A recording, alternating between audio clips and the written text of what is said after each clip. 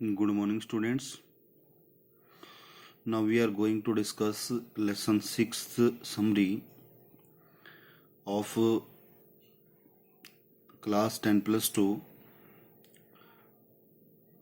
Lesson title is Poets and Pancakes, written by Asoka Mitran.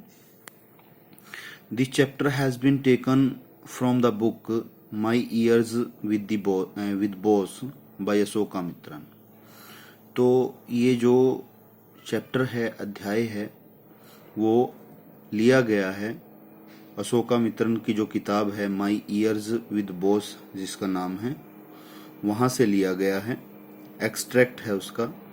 It is about his time when he worked in Gemini studios. यह उस समय के बारे में है जब वो जेमिनी स्टूडियो में कार्यरत थे। It was quite a famous film studio. यह एक जो है उस समय का जो है ये एक बहुत ही प्रसिद्ध फिल्म स्टूडियो था। बैक इन दोज डेज, उन दिनों में। We learn that Ashoka Mitran's job is to cut newspaper clippings concerning different topics and maintaining a file of the same. तो हम यहाँ से जानते हैं कि यह हमें पता चलता है कि जो अशोका मित्रन है उसका कार्य क्या था। Is to cut newspaper clipping, जो न्यूज़पेपर की कतरन है वो काटना, कंसर्निंग डिफरेंट टॉपिक्स, अलग अलग विषयों से संबंधित, and maintaining a file of the same, और उसी की एक फाइल जो है उसका मेंटेनेंस करना। In this chapter, we learn about a lot of things relating to the film industry. इस अध्याय में हमें पता चलता है या हम जान पाते हैं about a lot of things, बहुत सारी चीज़ों के बारे में, relating to the film industry, जो फिल्म उद्योग है उससे संबंधित, especially the one in India, विशेष रूप से भारत में एक, उस समय शायद भारत में यही स्टूडियो था। We get an inside glimpse of the working. हम जो उनकी अंदरूनी झलक है वो देख पाते हैं जो वहाँ पे कार्य होता था इस अध्याय से। And also of the beginning of India post independence, और भारत की जो पोस्ट इंडिपेंडेंस है, आज़ादी से पहले की जो आरंभ है वो देख पाते हैं, उसकी झलक देख पाते हैं। He first writes his take on the makeup department. तो लेखक जो है पहले सर्वप्रथम इस अध्याय से हमें बताता है जो साज सज्जा विभाग था उसके बारे में। Moreover he makes fun of the looks the actors try and the glaring lights. और जो है वो लेखक जो है मजाक उड़ाते हैं किसका, जो जिस तरह का जो अभिनेता होते थे उनका लुक होता था, दिखावा होता था, कैसे वो दिखाई देते थे या दिखने के लिए कोशिश करते थे।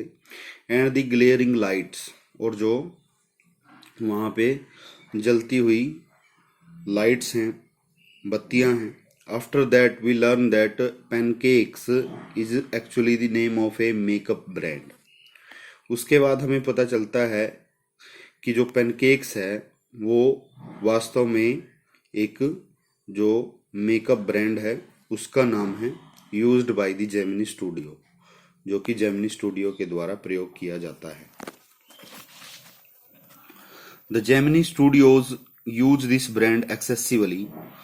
जेमिनी स्टूडियो जो है इस ब्रांड का प्रयोग जो है वो अधिकता में करते हैं या करते थे या किया था उन्होंने। And orders truck loads of their products, और बहुत ही भारी मात्रा में, ट्रकलोड भारी मात्रा में वो उनके उत्पादों को जो है उत्पादों के लिए आदेश देते थे, ऑर्डर देते थे, मंगवाते थे उनको।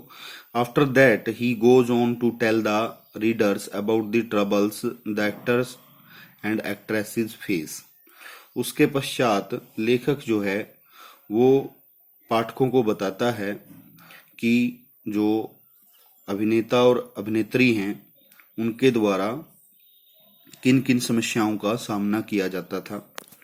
We learn about the many lights glaring in their faces.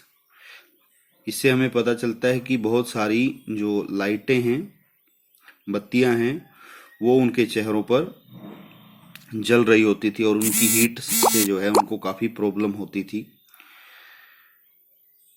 When they are getting ready in the makeup room, जब वो तैयार हो रहे होते थे अभिनय के लिए मेकअप रूम में, साज सज्जा रूम में।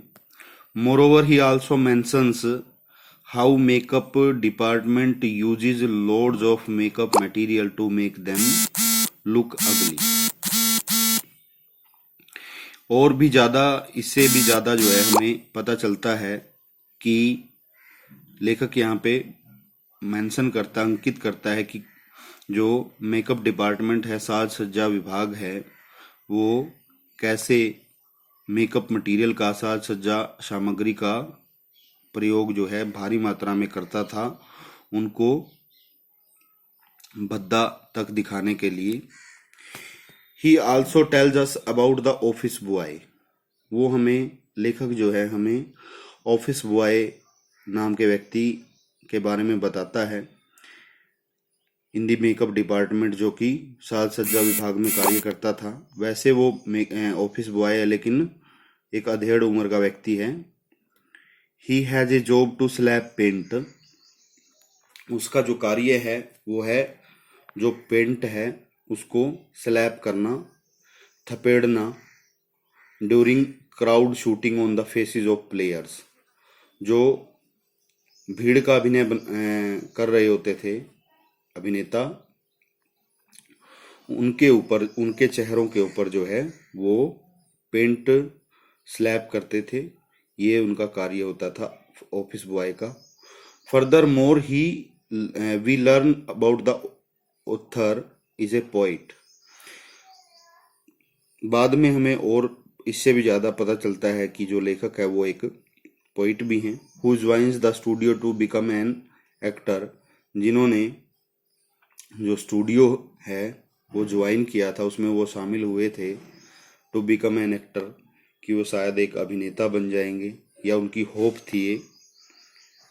स्क्रीन राइटर या फिर पर्दे के लेखक बन जाएंगे, डायरेक्टर या फिर निर्देशक, और लिरिसिस्ट या फिर गीतकार। He has a cubicle to work where he has to collect newspaper cuttings। यहाँ पर लेखक के पास जो जगह होती थी लिखने के लिए नहीं, he has a cubicle। cubicle मतलब क्यूब के आकार का जो है उनका ऑफिस होता था, to work कार्य करने के लिए। where he has to collect, जहां पर उनको जो है इकट्ठा करना होता था न्यूज़पेपर कटिंग, जो समाचार पत्रों की कतरन है वो। The office boy always came in with his complaints to the author. जो ऑफिस बॉय था वो हमेशा जो है यहाँ पर लेखक के पास जो है शिकायतें लेकर आता था। द ऑथर थिंक्स दैट, लेखक सोचता है, Subbu is the one who troubles him, कि सुब्बू जो है वो था जो उसको परेशान करता था। एज सुब्बू इज ए ब्राह्मण, जैसे कि सुब्बू जो है एक ब्राह्मण था। The author thinks he has an upper hand, कि उसका ऊपरी हाथ था, या उसको कह सकते हैं कि वो अपर कास्ट से था, तो वो उसकी ज्यादा चलती थी, या फिर ये कह सकते हैं कि वो उसके पास अप्रोच थी। We see that Subbu is a resourceful man. हम देखते हैं कि सुब्बू जो है एक बहुत ही जिंदा दिल व्यक्ति था। विद ए लॉयल्टी, एक वफादारी के साथ, दैट सेट्स हिम अपार्ट, जो कि उसको बाकी लोगों से अलग करती थी। Subbu is the perfect one for films, कि सुब्बू जो है वो बिल्कुल पूर्ण था फिल्मों के लिए। And film making is impossible without him, और जो फिल्म मेकिंग है वो उसके बिना असंभव सी थी। Everyone loves Subbu for being friendly. Subbu को प्रत्येक व्यक्ति जो है मैत्रीपूर्ण होने के नाते प्यार करता था। तो बाकी जो है नेक्स्ट वीडियो में इसको हम कवर करेंगे।